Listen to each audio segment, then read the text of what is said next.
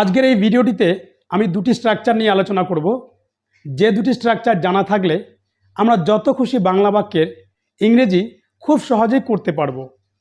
তো দুটি স্ট্রাকচারের মধ্যে প্রথমটি হলো সাবজেক্ট প্লাস ওয়ান্ট অথবা ওয়ান্টস অথবা wanted plus person plus to plus ভার্বের বেস ফর্ম অর্থাৎ V1 প্লাস অবজেক্ট অথবা এক্সটেনশন। এবার কোন কোন ক্ষেত্রে আমরা এই স্ট্রাকচারটিকে ব্যবহার করব?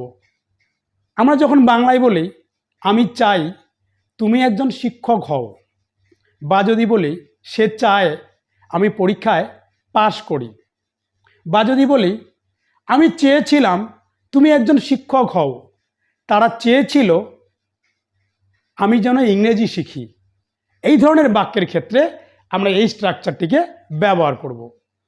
তবে মাথায় রাখতে হবে, আমরা যখন বলবো আমি চাই তুমি একজন শিক্ষক হও, সে চায় আমি ইংরেজি শিখি, অর্থাৎ প্রেজেন্ট ইনডেফিনিট টেন্সের ক্ষেত্রে আমি চাই, সে চায়, রাম চায়, আমরা চাই, সেক্ষেত্রে সাবজেক্ট প্লাস ওয়ান্ট অথবা ওয়ান্টস অর্থাৎ প্রেজেন্ট ইনডেফিনিট টেন্সের ক্ষেত্রে ওয়ান্ট অথবা wants, third person singular number হলে ওয়ান্টস, বাকি সব ক্ষেত্রে ওয়ান্ট। এবার যদি বলি আমি চেয়েছিলাম তুমি একজন ডাক্তার হও, সে চেয়েছিল আমি ইংরেজি শিখি, অর্থাৎ চেয়েছিলাম, চেয়েছিলে, চেয়েছিল যদি থাকে সেক্ষেত্রে সাবজেক্টের পরে বসবে ওয়ান্টেড। এরপরে হচ্ছে পার্সন অর্থাৎ যার কাছে প্রত্যাশা, সেই ব্যক্তি অর্থাৎ পার্সন বসবে এখানে। এরপরে টু, তারপরে হচ্ছে প্লাস V1 অর্থাৎ ভার্বের বেস ফর্ম প্লাস অবজেক্ট অথবা এক্সটেনশন। এবার উদাহরণের সাহায্যে এই স্ট্রাকচারটিকে আমরা বুঝে নেবার চেষ্টা করি। আমি যদি বলি আমি চাই তুমি একজন শিক্ষক হও, আমি চাই তুমি একজন শিক্ষক হও, তাহলে সাবজেক্ট হচ্ছে আমি চাই, সাবজেক্টের পরে কি বসবে ওয়ান্ট অথবা ওয়ান্টস, প্রেজেন্ট ইনডেফিনিট টেন্সের ক্ষেত্রে, অর্থাৎ আমি চাই, তুমি চাও, সে চায়, তাহলে সাবজেক্টের পরে ওয়ান্ট, আই ওয়ান্ট। এরপরে হচ্ছে পার্সন, তাহলে এরপরে হচ্ছে কি পার্সন, অর্থাৎ আমি চাই তুমি একজন শিক্ষক হও, অর্থাৎ তোমার কাছে আমার প্রত্যাশা, অর্থাৎ পার্সন হচ্ছে ইউ, আই ওয়ান্ট ইউ। তারপরে হচ্ছে টু, ভার্বের বেস ফর্ম, তাহলে হওয়া ইংরেজি কি be, I want you to be কি একজন শিক্ষক, a teacher, I want you to be a teacher, আমি চাই তুমি একজন শিক্ষক হও। এবার যদি বলি সে চায় আমি ইংরেজি শিখি, সে চায় সাবজেক্ট হচ্ছে কি তাহলে সে, হি, থার্ড পারসন সিঙ্গুলার নাম্বার হলে ওয়ান্টস, সাবজেক্টের পরে কি বসবে ওয়ান্টস, হি ওয়ান্টস।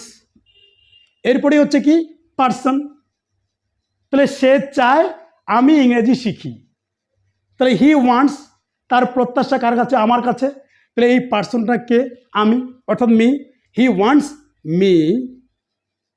তারপরে টু, ভার্বের বেস ফর্ম অর্থাৎ V1, তাহলে শেখা লার্ন, লার্ন কি শেখা ইংলিশ, লার্ন ইংলিশ, তাহলে কি হলো he wants me to learn English, সে চায় আমি ইংরেজি শিখি। নাম্বার 3, এবার যদি বলি আমরা চাই তোমরা ওখানে যাও, আমরা চাই তোমরা ওখানে যাও, তাহলে কি হবে উই ওয়ান্ট, সাবজেক্টের পরে ওয়ান্ট, উই ওয়ান্ট, কারা তোমাদের কাছে আমাদের প্রত্যাশা যে তোমরা ওখানে যাও, তাহলে পার্সন কি হবে you, we want you to, তারপরে ভার্বের বেস ফর্ম অর্থাৎ V1, we want you two, যাওয়ার কথা বলছে go, we want you to go, কোথায় সেখানে, there, we want you to go there, আমরা চাই তোমরা সেখানে যাও। তাহলে এভাবে আমরা সাবজেক্ট প্লাস ওয়ান্ট অথবা ওয়ান্টস, এরপরে হচ্ছে পার্সন, তারপরে হচ্ছে টু, তারপরে হচ্ছে V1 প্লাস অবজেক্ট অথবা এক্সটেনশন, এই স্ট্রাকচারটিকে ব্যবহার করব। এবার যদি বলি, এই কথাটাকেই যদি বলি, এখানে যেমন লিখেছি I want you to be a teacher, আমি চাই তুমি একজন শিক্ষক হও। এবার যদি বলি আমি চেয়েছিলাম তুমি একজন শিক্ষক হও, সে চেয়েছিল আমি ইংরেজি শিখি, আমরা চেয়েছিলাম তোমরা ওখানে যাও, তখন কি হবে, এখানে এই যে ওয়ান্ট আছে সাবজেক্টের পরেই তখন চলে যাবে এই যে ওয়ান্টেড, অর্থাৎ এই ওয়ান্টটা হয়ে যাবে ওয়ান্টেড, অর্থাৎ আমি চেয়েছিলাম তুমি একজন শিক্ষক হও। আর এখানে কি লেখা আছে, সে চায় আমি ইংরেজি শিখি, আর এটাকে যখন আমি বলবো সে চেয়েছিল আমি ইংরেজি শিখি, তখন এই যে ওয়ান্টস, এই ওয়ান্টসের জায়গায় কী হবে, তাহলে এই ওয়ান্টেড চলে আসবে, ওয়ান্টসের জায়গায় চলে আসবে ওয়ান্টেড, আর এখানেও ওয়ান্টেড জায়গায় চলে আসবে ওয়ান্টেড। এবার আমরা চাই তোমরা ওখানে যাও, এবার এটাকে যদি বলি আমরা চেয়েছিলাম তোমরা ওখানে যাও, তাহলে এই ওয়ান্ট পরিবর্তিত হয়ে চলে যাবে ওয়ান্টেড। আমরা চেয়েছিলাম তোমরা ওখানে যাও, যদিও এখানে বুঝিয়ে দিয়েছি, তারপরে আমি দু একটা এক্সাম্পল লিখে দিই। তো যদি বলি আমি চেয়েছিলাম তুমি একজন শিক্ষক হও, তাহলে সাবজেক্ট কি, আই, তাহলে সাবজেক্টের পরে কী হবে, চেয়েছিলাম যেহেতু আছে পাস্ট ইনডেফিনিট টেন্স, তাহলে ওয়ান্টেড, আই ওয়ান্টেড। কার কাছে প্রত্যাশা, তোমার কাছে, আই ওয়ান্টেড, পার্সন কী হলো, ইউ, কি হওয়া, শিক্ষক হওয়া, টু আসলো, টু তো এখানে আছেই, তারপরে কি ভার্বের বেস ফর্ম, হওয়া ইংরেজি কি be, to be a, object হচ্ছে কি teacher, to be a teacher. তাহলে I wanted you to be a teacher, আমি চেয়েছিলাম তুমি একজন শিক্ষক হও। আরেকটা উদাহরণ দেই, আমরা চেয়েছিলাম তোমরা ওখানে যাও, তাহলে কি হবে, আমরা, উই, সাবজেক্টের পরে হচ্ছে ওয়ান্টেড, উই ওয়ান্টেড। কার কাছে প্রত্যাশা, তোমাদের কাছে, উই ওয়ান্টেড, তাহলে পার্সন কি হবে, ইউ, তারপরে কি আসলো, টু, ওখানে যাওয়ার কথা বলছে যাওয়া, মানে গো ভার্ব, গো এর বেস ফর্ম গোই, we wanted you to go, কোথায়, সেখানে, there, we wanted you to go দেয়ার।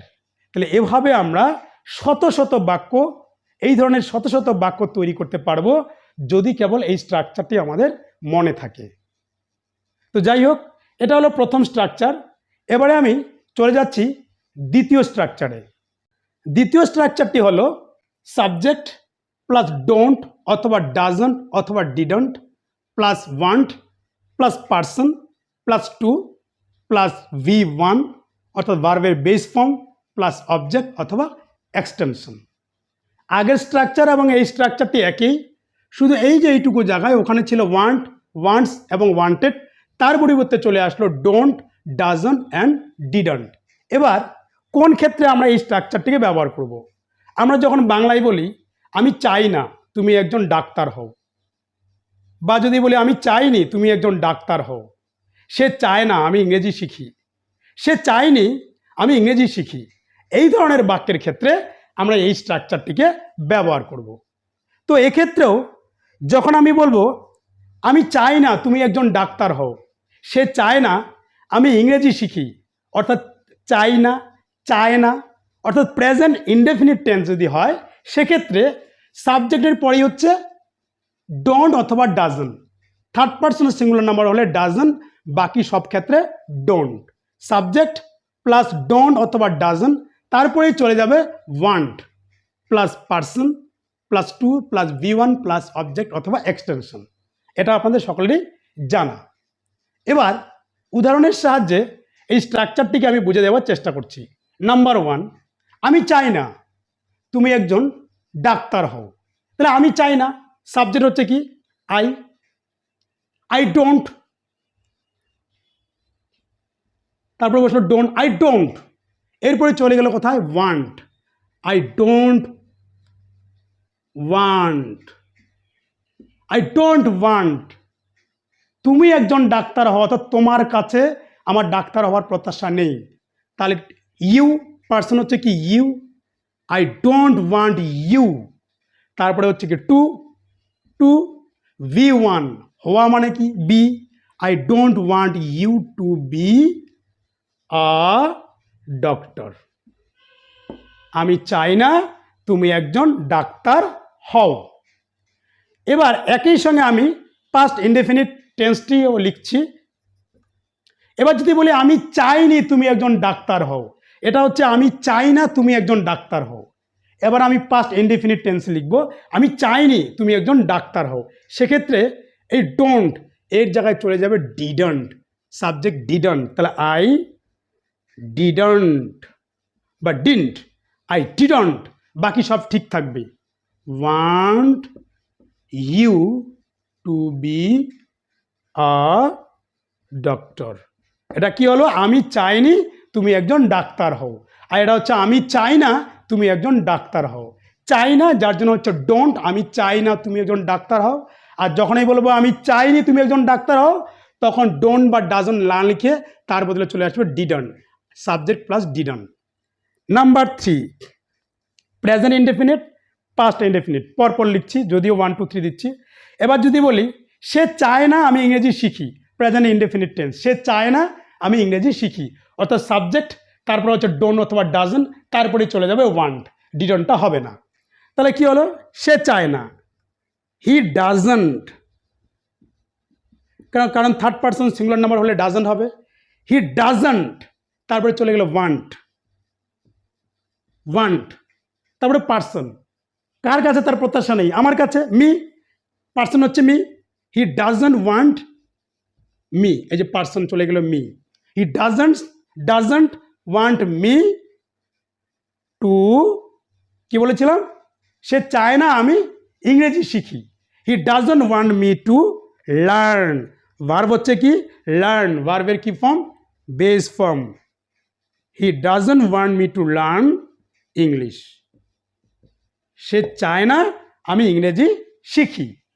আবার এটাকেই যখন বলবো সে চায়নি আমি ইংরেজি শিখি, তখন শুধু ডাজন্ট পরিবর্তিত হয়ে কি হবে, ডিডন্ট, সাবজেক্টের পরেই ডিডন্ট।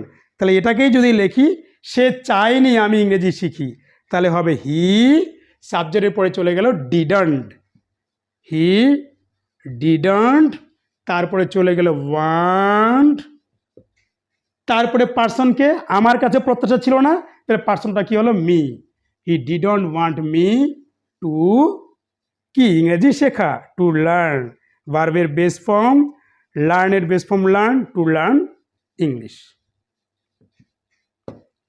এইভাবে আমরা এই দুটি স্ট্রাকচারকে ব্যবহার করে শত শত এই ধরনের ইংরেজি বাক্য তৈরি করতে পারবো।